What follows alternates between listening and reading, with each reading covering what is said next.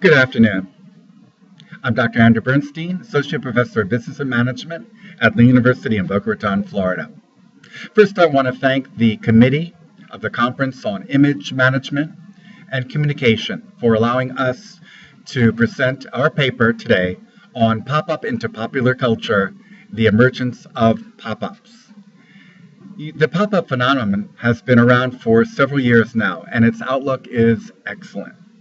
The goal of the pop-up shops is to create a new touch point with customers and engage them in a unique way without having to fully invest in a new store location or even shopping online. Recent studies have shown that consumer attitudes and shopping intentions toward pop-up stores really influence the consumer's attitudes in what they buy and directly in how they buy them. A new term has emerged, especially referring to corporate pop-ups, and this is mass-exclusivity, whereas giving large numbers of customers the feeling that they are getting something exclusive or distinct. And this really is a new term and a new trend in what corporate pop-ups are doing today, all around the United States and around the world.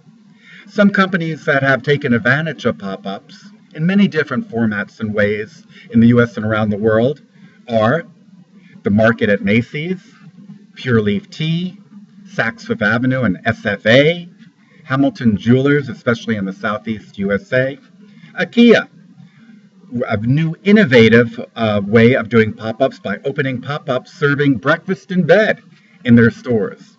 Google have pop-up events in New York City, and Snapchat sells merchandise through vending machines, something really unique and up and coming.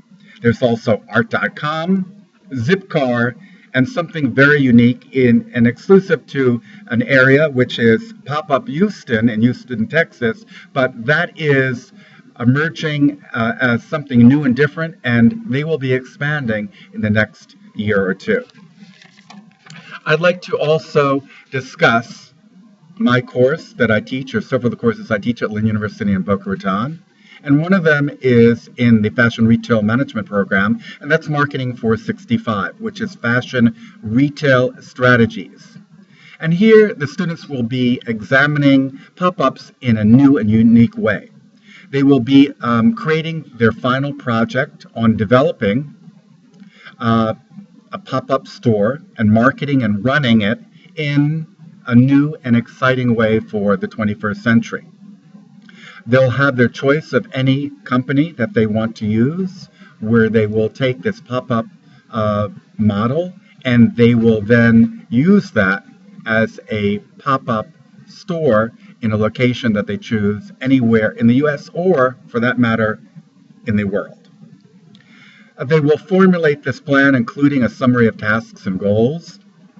They'll be doing a business and marketing plan, and also doing advertising, public relations, social media, where they can really engage the customer and look at, obviously, the demographics and target market for the customers that they will be going after. In many cases, different than the flagship store or even the online retailer that our students really know and have grown accustomed to. The pop-up model is different and can be different, and the students really have to look at this and examine it and know who these customers are. After this is done for the final project, the students will obviously be broken into teams of 2 or 3 for this project, and at the end they will be doing an oral presentation which will be taped and also presented to industry